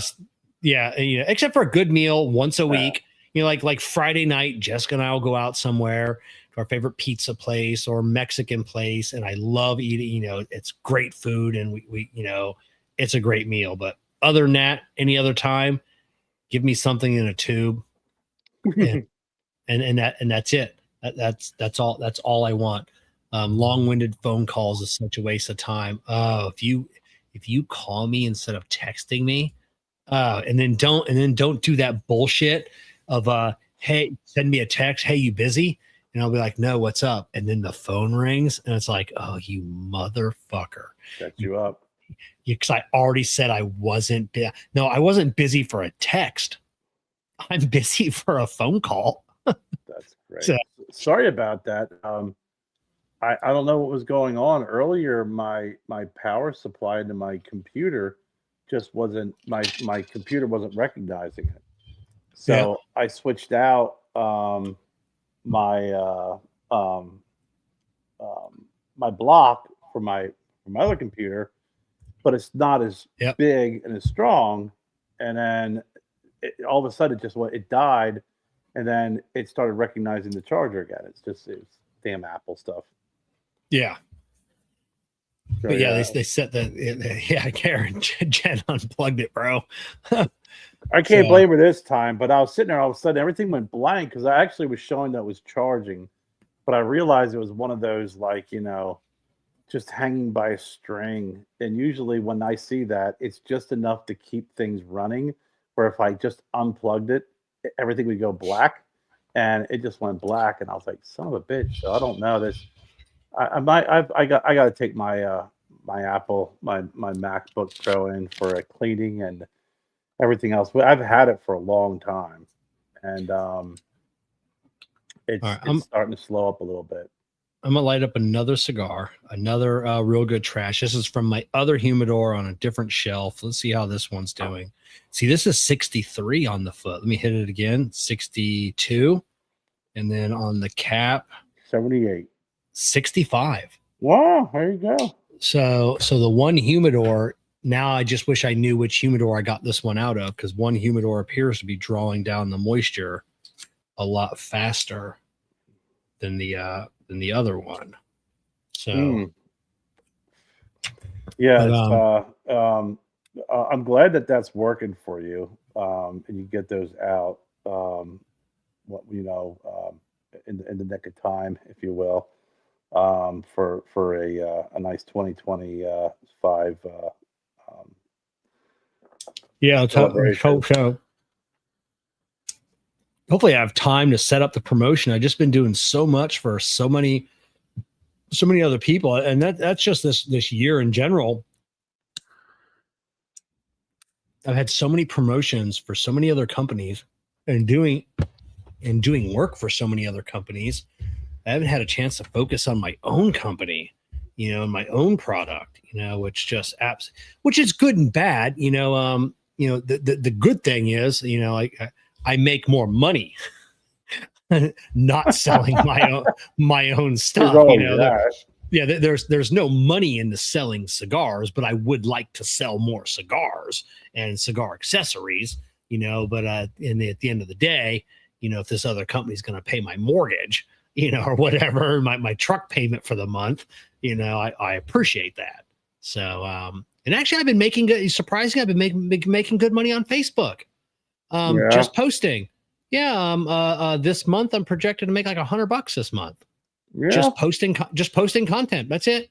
Not promoting anything. Just because I'm in the Facebook inside or the creator thing where they monetize your account, and I'm like, well, hell, I mean, it's like $100. I mean, it's not FU money, but it's still $100 cigars that you can buy. I think it's $100. So yeah, damn it, that's not bad at all, man. Have at it. Yeah,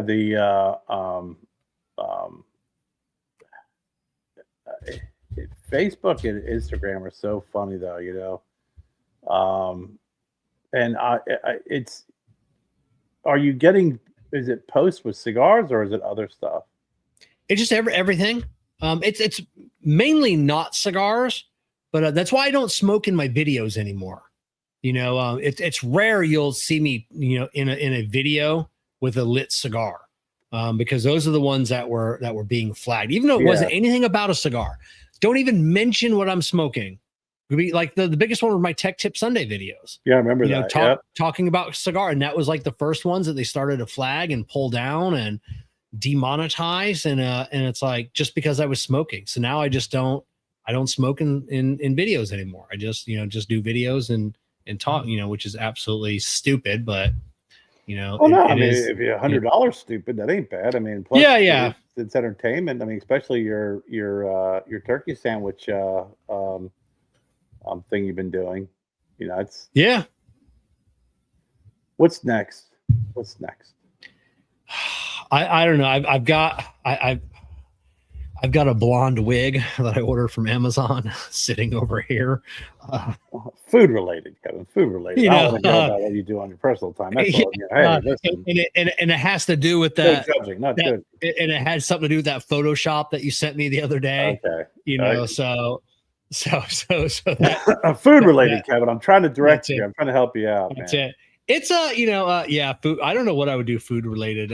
Coop's been doing cigar-coop.com. Coop's been really delving out into sandwiches, and that's what he got me into, like the turkey ones. He did the Capriottis. That was the first one I saw. Then I'm like, oh hey, and then Wawa came back out, and I'm like, oh hey, Coop did the write up on the Capriottis, and let me do a video because I don't. He does the write up things. I do the videos better. Yeah.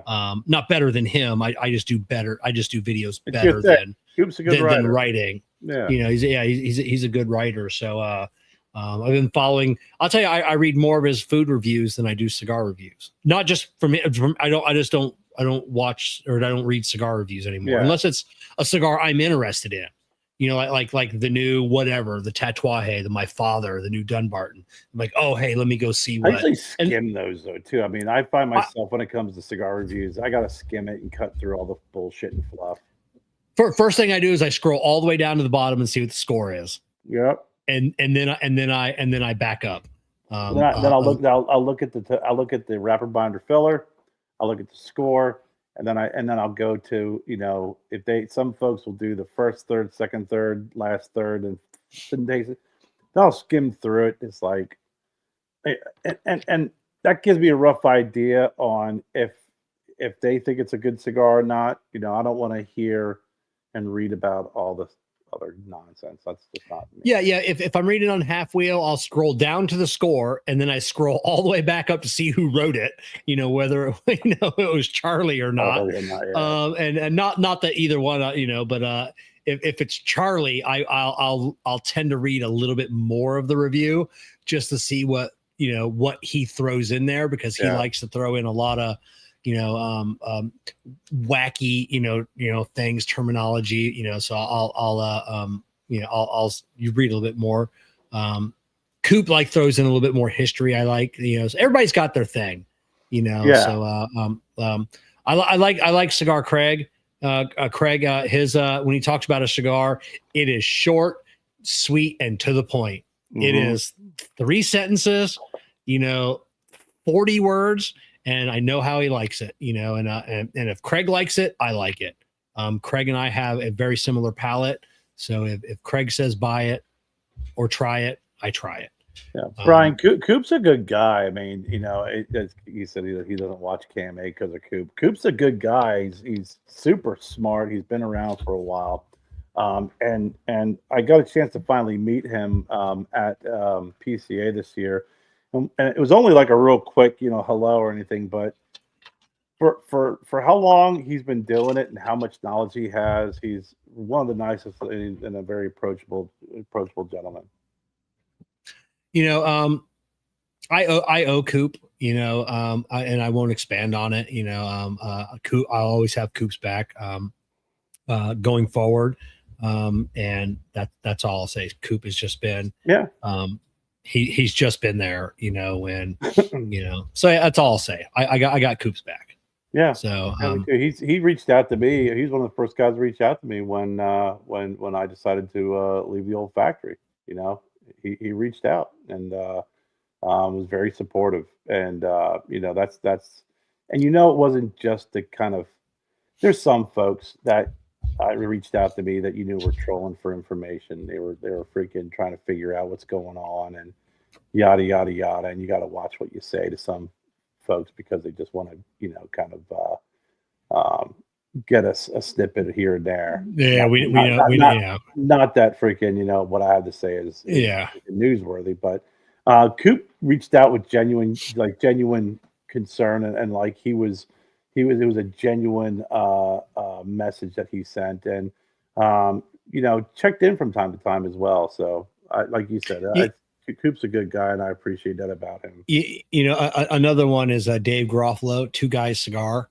I was having some issues a couple of years ago, and Dave took it upon himself to make some contact, make some calls, and then call me and tell me what he did to help with an issue I was having. And it was just like, well, it blew me away. I'm like, wow. I mean, you definitely went above and beyond, and that man will, I'll always be grateful.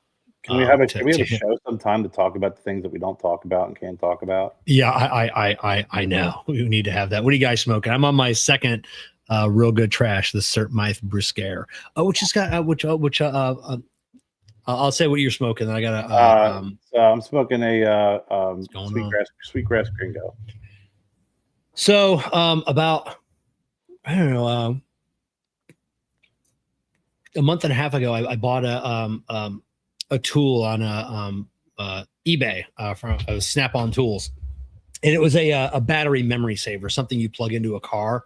So when you go to disconnect the battery, it keeps memory alive to the computer and the clocks and everything else. You don't have to reset everything.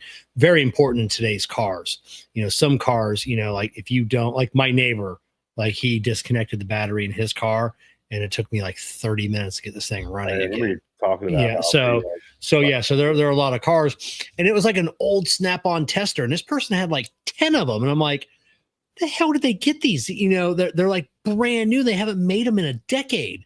And I'm like, God, so I bought one, immaculate shape.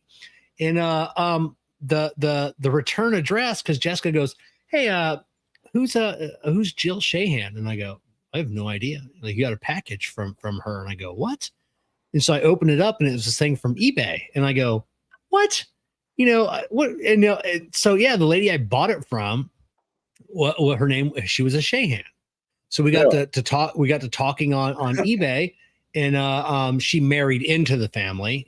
So her husband was Jimmy Shahan, James, and yeah. So I had given her the link to the book, the Shahan family tree, which takes us all the way back to Cornelius. And she wrote me a letter, and I got it today. She's 67. He's 71. They live in Tennessee.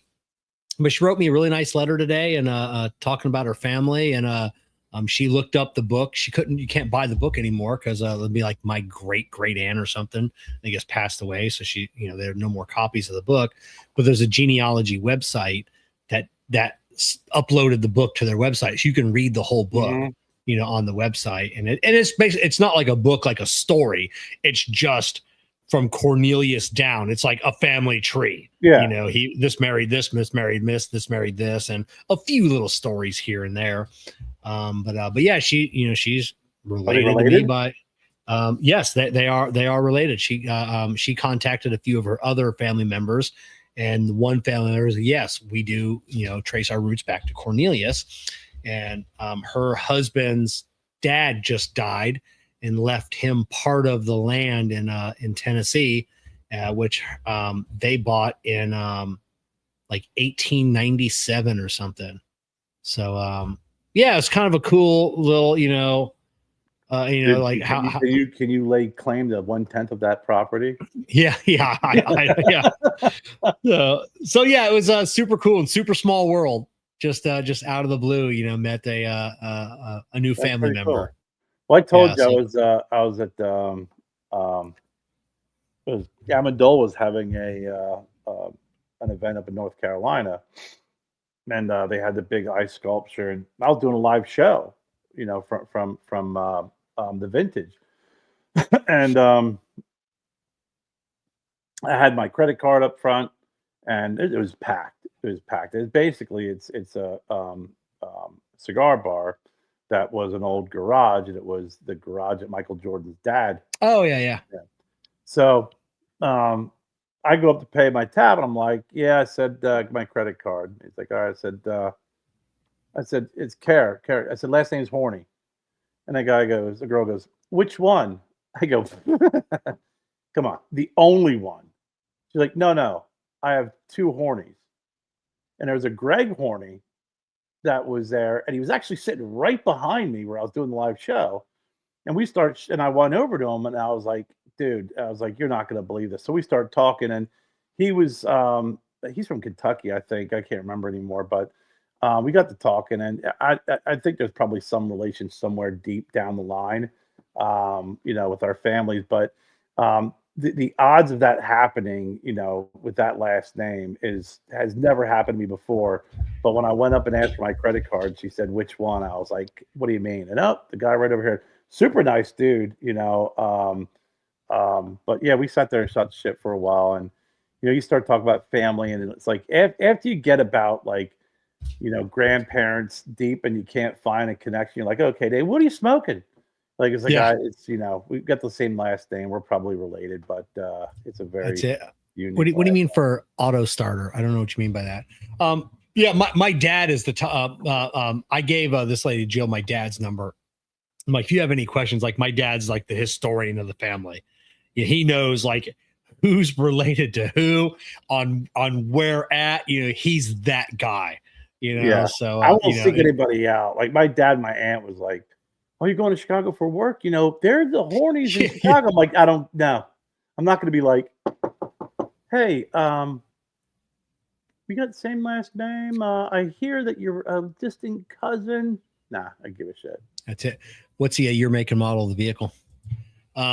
Yeah, that's my dad though. You remember at the family reunions growing up as a kid, we'd drive up from Florida, and this is this is your cousin, whatever. We're all like 10 years old, whatever. Yeah. And then his dad and his uncle and blah, blah, blah. And, my dad still goes up for the cousins reunions, like every year, every other year. And, all the cousins get together, and the Beavers is the other side of the family, and the Shahans. And it's, Jen's dad does that. They get together and they always talk about the patriarch. And this is, I'm like, goodness gracious.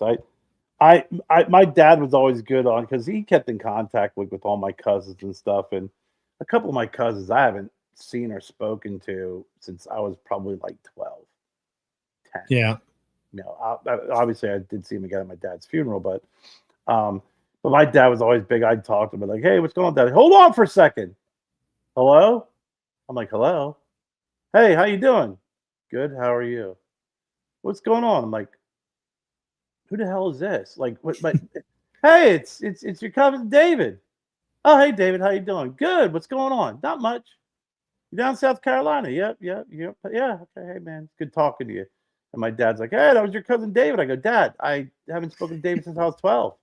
Yeah, like you just handed somebody a phone like that, and Dave's a nice guy. I mean, funny dude, but it just happened a few years ago. I'm like, you just put me on a spot. I'm like, hey, what's been going on the last 40 years? Because that's I know.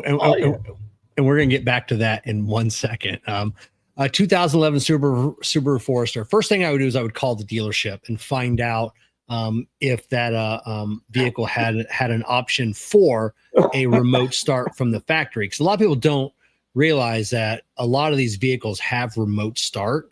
They just weren't ordered that way. So a dealership can actually just cut you, or not cut you, reprogram you a new key fob, and then plug in their scanner and just activate that within the PCM, the powertrain control module. So you'll have factory remote start. And it's super easy. And sometimes it's just as inexpensive as taking it to like a stereo shop. If you got like a real good stereo shop, that's who I usually recommend people to go to, because they know wiring and that's what they do as well. So first step is always call the dealership, find out if that's something that they offer, because then it's factory installed and you don't have to have any glitches afterwards. So as a kid, on the Saturday nights or something, usually a couple times a month, when the rates went down, so we would call up north, and we'd always have to talk to whoever was at my grandparents' house. And even back then as a child, I hated speaking on the phone. Maybe that's where it all started from. Maybe that's the genesis of your disdain of conversation. It is, just trying to make small talk with people I barely knew. I knew they were my grandparents. I had met them. Like I said, you spend like a couple of days every summer with everybody. And I loved my grandparents and my aunts and uncles. But the disdain of having to talk. I'm like, and talk to my grandma for a few minutes. Okay, well, here's your grandpa. And then I had to talk to them like, oh, hey, your Uncle Matt's here. And, then I had to talk to my Uncle Matt, who hates talking on the phone as well. So we'd have to make chit chat. Or, like I said, my Aunt Cheryl would have, my Aunt Cheryl's deaf. So we'd have to call her through the TTY. Yeah. We didn't have the phone. So I would have to talk to this complete stranger on the phone while she typed in. So my aunt could read on hers and then would read back. And it was just like, this is horrible. If you hate talking on on the phone, talk to a TTY operator, on the as the go between. What would you like your aunt? What would you like to say to your aunt? Yeah, I don't know. How are you doing? And it's like, and your aunt says she's doing fine except for her hemorrhoids. They've been really bothering her. Like, what can you write to hear that person have to freaking relay? I don't. It was just brutal. So hated. Yes, I've always since I could speak. I hate speaking on the phone and having conversations. Well, when you're introduced to speaking on the phone and it's freaking like you're calling up north to family and then you also marble in TTY, I could understand. Because Jennifer, it's funny, is yes, people ask, about, our friendships. Like, hey, do you talk to Kevin a lot? I'm like, no. I talk to him once a week on the show. We message a lot to each other. I said, Yeah. occasionally, very rarely we'll freaking get on the phone, but it's so short and sweet. And I think the first time I talked to you, and you told me, you're like, yeah, I'm not a big phone person. I think it was, I was down at I called you because I just had to hit and run. I was down in Columbia. Yeah. I was leaving. I can't remember the name of the cigar shop anymore right now, but I called you. I was like, yeah, I just had to hit and run. It was like a conversation. I was like, you're like, yeah, I really am not a big fan of talking on the phone. It's like, all right. I had to tell Matt Booth that once. He had called. We were talking for a few minutes. He's like, all right, I'll let you go. You don't seem to be into this conversation. I'm like, I'm not a phone guy. So yeah. Sorry, yeah. Sorry, Matt. I'm just not a phone guy.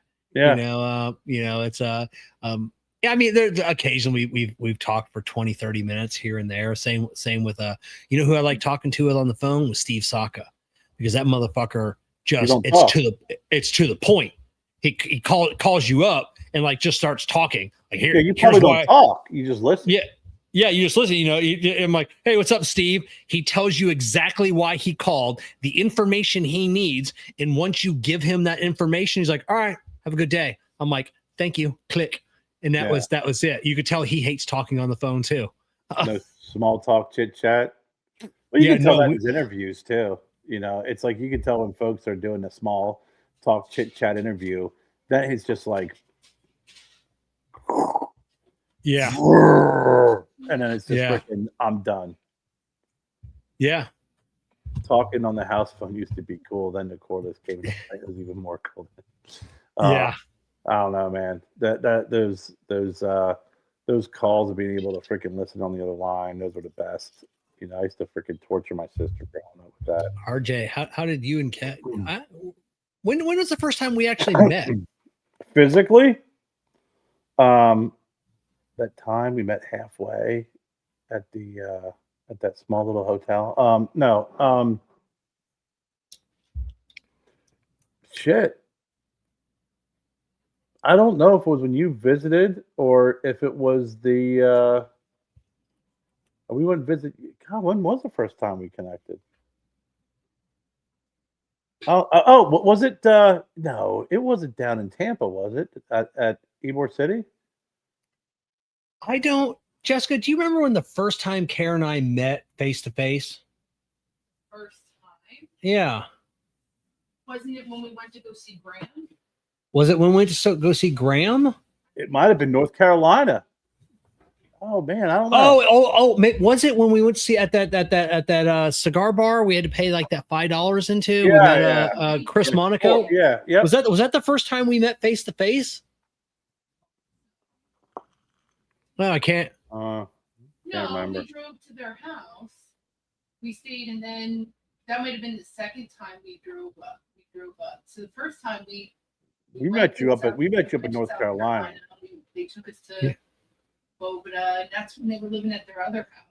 She says when you were living at your other house, we came up and saw you guys. Well, you did come up and visit, but I thought the first time we met you guys was when you were visiting Graham, and we met at the cigar lounge up there. Yeah, I think that must have been it. I have a picture of us in front of a Christmas tree. She says, yeah, that was a Christmas tree. Was at that yeah. Yeah, because was it Chris Monaco or Jeffrey Amendola came down there? Was it Chris? He didn't come down. He lived there. Or he lived up there. Yeah. They were from that area, but we were at I can't remember the name of the cigar lounge anymore, but it was up above Charlotte. And then they had that little area where we stopped and ate, grabbed something to eat. It was all in that little common area. Hey, Jess, I'm gonna turn the mic on. I know you don't have a bra on. Come over here and speak for a second. Matt Hashimoto wants a update.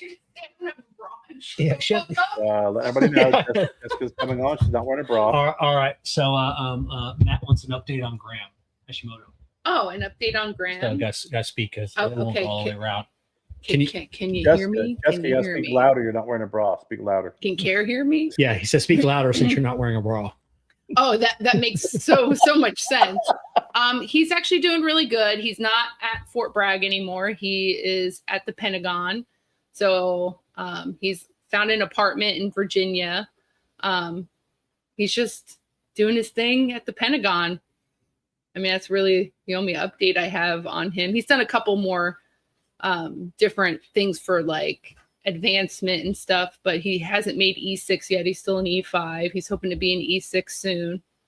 So, but then with the government shutdown, that really... Did his MOS change? Like his job? Yeah. Oh, yeah. His MOS did. Well, I mean, it's obsolete. Like when he was at Fort Bragg, it's like his whole MOS doesn't exist anymore. It's been morphed into, who knows what it is. He's still doing his MOS though. For the Pentagon still has that particular job, but the MOS itself, well, will never go to do that, because if they ever go to do any kind of print or filming or radio type stuff, it's all under some other umbrella now. So yeah, so Graham's MOS is obsolete. He says he go to any cigar lounges up there in Maryland? No, he's not in Maryland, or not Virginia area, Washington D.C., Virginia. No, he hasn't gone to any yet. He's gone to like a bunch of stuff because there's tons of stuff to do up there, but he has not done the cigar stuff. Yeah, he's got to go. He doesn't have really any cigar buddies like he did when he was at Fort Bragg. He's got to go to Curtis Draper, right across the street from the White House. That place is fucking awesome. Great place. He said, go to Curtis. Here, put the headphones on. He says he's got to go to Curtis Draper up at the Curtis Draper. Matt said right across from the White House. So it says that Matt says it's awesome. I always like to follow up on our military fam. Damn, E6 already. It seems it was just yesterday he had just enlisted. Yeah, how long has he been? Graham and his daughter pretty much enlisted at the same time. Oh, did they? Yeah. Oh, okay. Oh, but, Matt, your daughter's out. She was in the Navy, correct? Yeah, of course. Matt's a Navy guy. Right. But I just wanted to go anywhere. Well, listen. Yeah, wish Graham would have went in the Navy. No. Navy's so much cooler. In the Navy. Yeah, Navy's so much cooler than any other branch. He did his research and of what he wanted to do and like where his career path was going. The Navy wasn't it. And not to say that the Navy's a bad thing, it's just it wasn't for him. I'd want to be on a sub. If I had to do it all over again and I could join the military, my vision was for somebody who gets seasick. Yeah. No. His daughter is in the Air Force. His son is in the Navy. And he was in the Marines. Yeah. Okay. So you didn't even have it correct. Anyway. But his daughter, I know, was going in at the same time Graham was, or maybe a year before Graham was. It was very interesting. But yeah, Graham went through some tough stuff, and like getting out of Fort Bragg was probably the best thing for him though, because now he can actually like enjoy some of his military career. I felt like there he just was like miserable, and not because so much of the job, just like the area is just there's nothing there. Yeah, definitely about being in the DC area. Yeah, it's I can't. And he's not far from he's 3 hours from my sister. I have a cousin that just moved to Maryland, so he's not far, and they're around the same age, so he's not far from her. Oh, Matt's son is a nuke tech on a sub. Oh, your son's so much cooler than my son. No. I mean, in some ways, yes, but Graham literally has done some really cool stuff. He has, he's done some cool stuff. What, Kerr? Did he jump out of airplanes? Oh, yeah, he jumped out of airplanes. Yeah, he jumped out of helicopters. Yeah, he jumped out of helicopters. Yeah, and he went to Qatar, he went to Afghanistan. He's done a bunch of cool stuff, and then he's gotten to do a bunch of cool stuff at the Pentagon and at the White House. Like, that was his always when he sat down to tell me he wanted to join the Army. That was one of the things that he said. He goes, one of my goals is to do something at the White House. So he hasn't quite gotten there yet, but he did say that, and that was 7 years ago. So. Kevin, got to post on X and tag Trump. Yeah, 7 years. It's the whole process. Time. It's the same with my little brother. Adam. Been in the Navy, and it's like 22 years now or something. I'm like, God, I just remember being at the party. Going, as you're going away, and the same way. And I know his in my time hop, his boot camp graduation popped up and just made me like cry all over again, because it just seems so bizarre that that it's been that long. Seems like just yesterday. I mean, it does. It really does. And now he's he's just trying to find his way, I think. And he's going to college on top of everything. So yeah, Matt says his daughter's about to re-enlist. Oh, okay. Well, because his daughter also she had a baby, correct? I don't know. Yeah. Oh yeah. Did your daughter have a baby? Yeah. I thought. Yeah. Sure, Jessica. Yeah. So Jessica knows, she pays attention. I pay attention. I might not ever respond to people, but I pay attention. Yeah. So so Grandma, he's just definitely he's still going to college, and just bettering himself. He's taking all the advantages that he can. And what's crazy is he always thought it was weird that they offer you to do stuff, and he's like, people would always say no. He got his motorcycle license, he got his bus driving license, he learned how to drive a bus. He's like, I did. He goes, and it would be just one weekend, that you had to kind of get trained for. Matt says, his granddaughter's 4 years old. 4. Yeah, I was gonna say it. So cute. You guys ever gonna go visit him? Go visit Graham? I haven't yet. He, it's just been hectic. And then every time we talk about going up there, something comes up. So, and he's busy. Like right now, like in December, he'll be going to some other kind of training. So he won't even really be around. Plus it's really cold up there. I don't really care. Kevin doesn't have to come with me. Yeah. Kevin doesn't have to come with me. There's some great cigar lounges. Oh yeah. In the area, and there's that's not why I would go, but that's probably why Kevin would go. I know Kevin talks about food, but I got to tell you, when I spent 9 months up in that area, right outside of DC, working on a project, and the food is just fucking ridiculous, man. Yeah. It's the one thing Graham said though is just crazy. But that's what they say, because you got so many people coming in from so many parts of the world. God. It just that's what they say. Washington D.C. is a mecca for food. And even going like I even went right outside of D.C., but I had Ethiopian food for the first time when I was there. You go in to Chinese restaurants. I had a number of different Middle Eastern food, chickens, Mediterranean chicken, just fantastic areas and just great food. Oh, I love it. Yeah, Grandma found an apartment close to the metro, so he doesn't have to drive to the Pentagon. But once you get there, it's a pretty far walk. So he longboards, or he has like a scooter that he can fold up that he uses. And almost everybody there, that's how they get to work. They take the metro and then they longboard. They do those freaking rent bikes and scooters or whatever. No, he doesn't do that. He has his own. Those are the worst. Thing. We were in Miami and asked Jen. I almost hit like 3 people because they freaking have those rent freaking scooters. And they just half of them are drunk, zipping around. Horrible. Yeah. Matt said he tried to visit his son in Japan for 4 years, never could because they kept getting deployed. Yeah. And I've always wanted to go up to Virginia where my little brother's at, because I want a tour of a carrier, an aircraft carrier. Plus I want a tour like of somebody that works on the carrier. He's like a green shirt. He like works up on the deck. Plus he's a forget what he is now. He's a I forget what Adam is. He's like way up there. I want to be able to Isn't he retiring this year?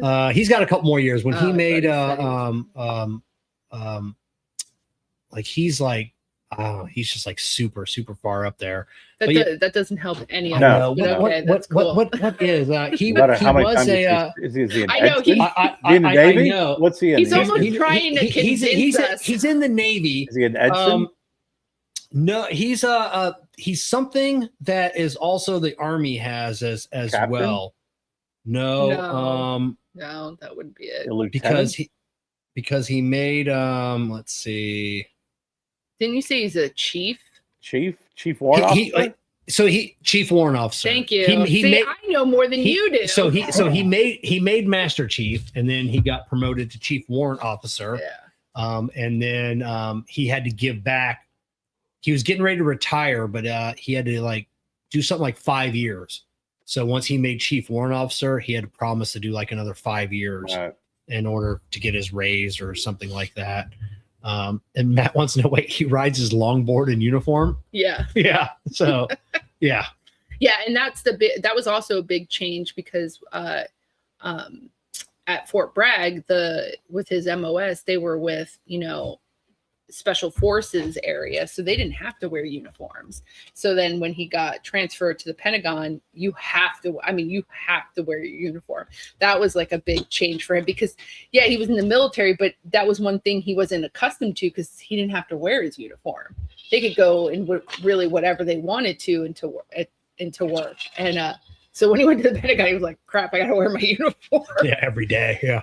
Yeah. But there, like where he is like in a weird part of the Pentagon, and there's no like real like space, especially for some of the women there. So Graham bought this like dressing divider and put it in like a room so the women could change and stuff like with privacy, because of where the bathrooms were and the gym was like far out of the way, because a lot of people go there and they work out and all that stuff, and it's huge. I mean, it's like its own world at the Pentagon. They have everything you can possibly imagine there.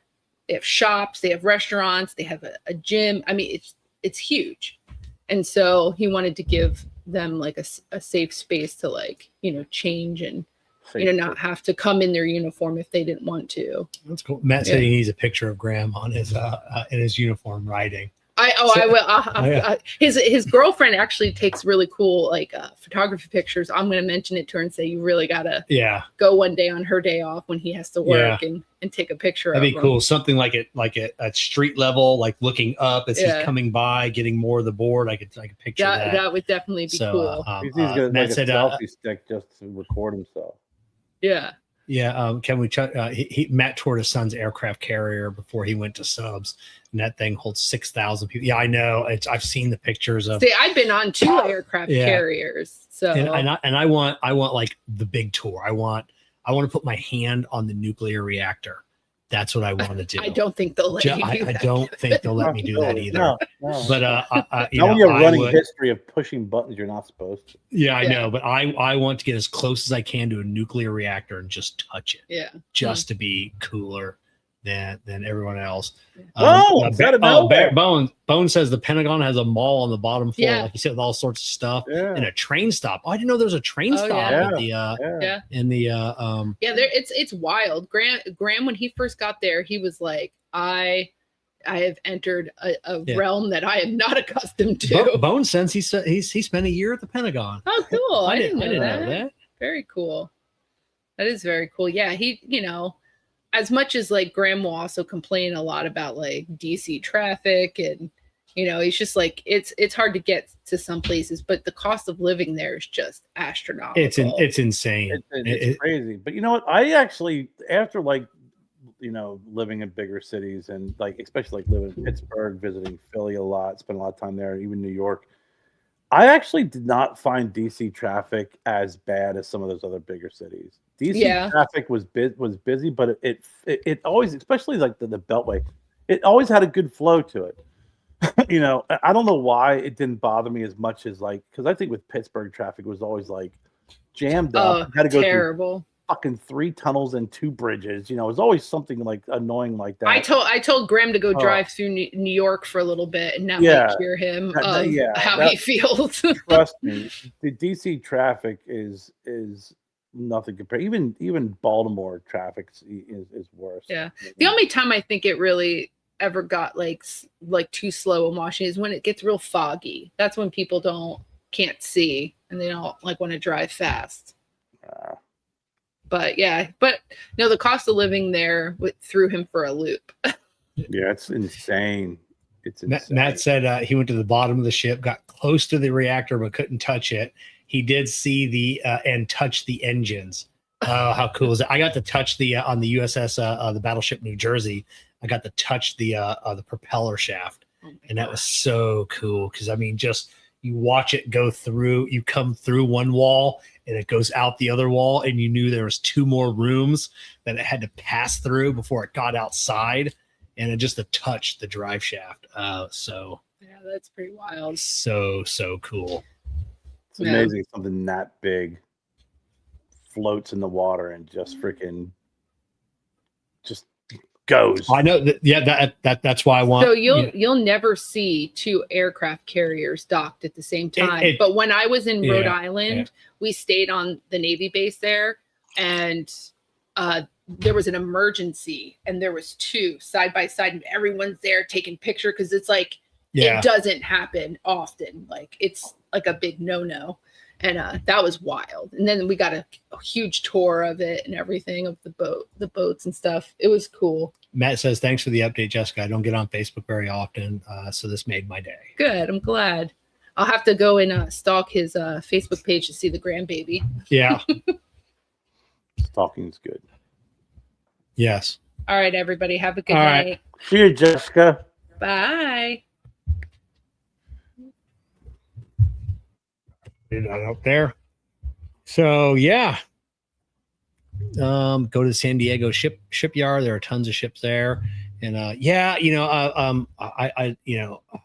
on a World War II sub, been on a World War I sub, been on the USS Battleship New Jersey several times. It's just man, it's just when you're on like those old ships, and it's just they're living, they're breathing, and you just feel the history. And it's just when you're walking through, and it's almost, and watching so many war movies, over the years, that's what you think. When I was on the New Jersey, the most decorated battleship in U.S. history, like decommissioned and recommissioned like 3 or 4 times. And you just think about the movies, of the men running around and, in these, in these epic battles. And it's just, it's hard not to be impressed, especially when you're looking at the guns, the big guns, bro. The next time you come down, or come up rather, apologize, we got to go down to Patriots Point in Charleston. Yeah. We could go down to Patriots Point. We can golf. They have a golf course there. And then you can go to the Maritime and Naval Museum, because they have the Yorktown, which is a carrier. They have the Lafferty, which is a destroyer, and then they have a submarine. They also have boats from Vietnam, and then they have the Medal of Honor museum. And you could do all that like right there, and golf. You golf it and go do that shit. Yeah. Oh, that's definitely It's a great. I've been down there a couple of times, and it's a lot of fun. They have a real nice golf course, but when you get down there and you look at the Yorktown, like you said, everything else. Years ago, I was on we did a launch meeting, and for God's sakes, I cannot remember the ship, but we were in San Diego, and the launch meeting was on the deck of an aircraft carrier, and the host was Peterman from Seinfeld. Oh, okay. And they had to tour the ship and everything. It was a lot of fun, man. It was I wish I knew what ship it was, but yeah, you gotta come down. We'll go to Patriots Point. That's a lot of fun. Good time. Yeah, definitely sounds like fun. I definitely love to get golfing it. To get golfing again. I think Jessica changed out the it's I had a knee appointment today, and because I really hope to get out golfing again, because I did that Iovera treatment like a month ago, where they like freeze all the nerves and everything else is supposed to bring relief to many. Yeah, it made everything worse. That's good. Yeah, now my knee hurts worse than ever. Hurts all the time now. Is it one of those situations where they say it's going to get worse before it gets better? No. Okay. They were supposed to freeze the nerves and kill everything to the knee. Like I shouldn't even. I remember be able to you feel. told me before it didn't help out at all. Yeah. So it's actually progressively gotten worse. So now they're going to recommend me some red light laser treatment. It's like something new that just came out with. There's like one place here in Florida that does it. It's such a new treatment, and it's so experimental that I don't even know if workers' comp is going to pay for it. But but yeah, he's like, yeah, if they approve it, that's great. Let me know how it is. If they don't approve it, I'll see you back in 6 months. See how things are going. I'm like, all right, thanks, bro. So Kev, I got to tell you, this is kind of newer stuff, right? So I was talking about Patriots Point. They have a Vietnam experience exhibit where they actually have huts. They got a 2.5-ton truck. They got a fire control bunker, a mess hall, howitzer gun. They have 5 helicopters, and they have a new Phase 2 complete, which is a experience a mini theater located inside a replica of a Saigon street corner. And then you can get inside the Laffey, the Laffey, USS Laffey. Sorry, I want to add an R to that, probably because of David, but and you actually get inside and you experience and witness what it was like to have a kamikaze attack on the Laffey. So you actually get them to sit in the chairs and actually shoot at and see what it's like to have kamikazes come at you. That would be super cool, and I'm definitely gonna have to come up and just do that with us. We'll have to make a weekend or there's a lot to do there because they have that. Like I said, they have the Yorktown, and that's in Charleston. You said, okay, out there, yeah. Oh, super cool. Yeah, I remember when I was there, we did a tour of the ships and stuff, and that was about it. But it looks like they added a lot more.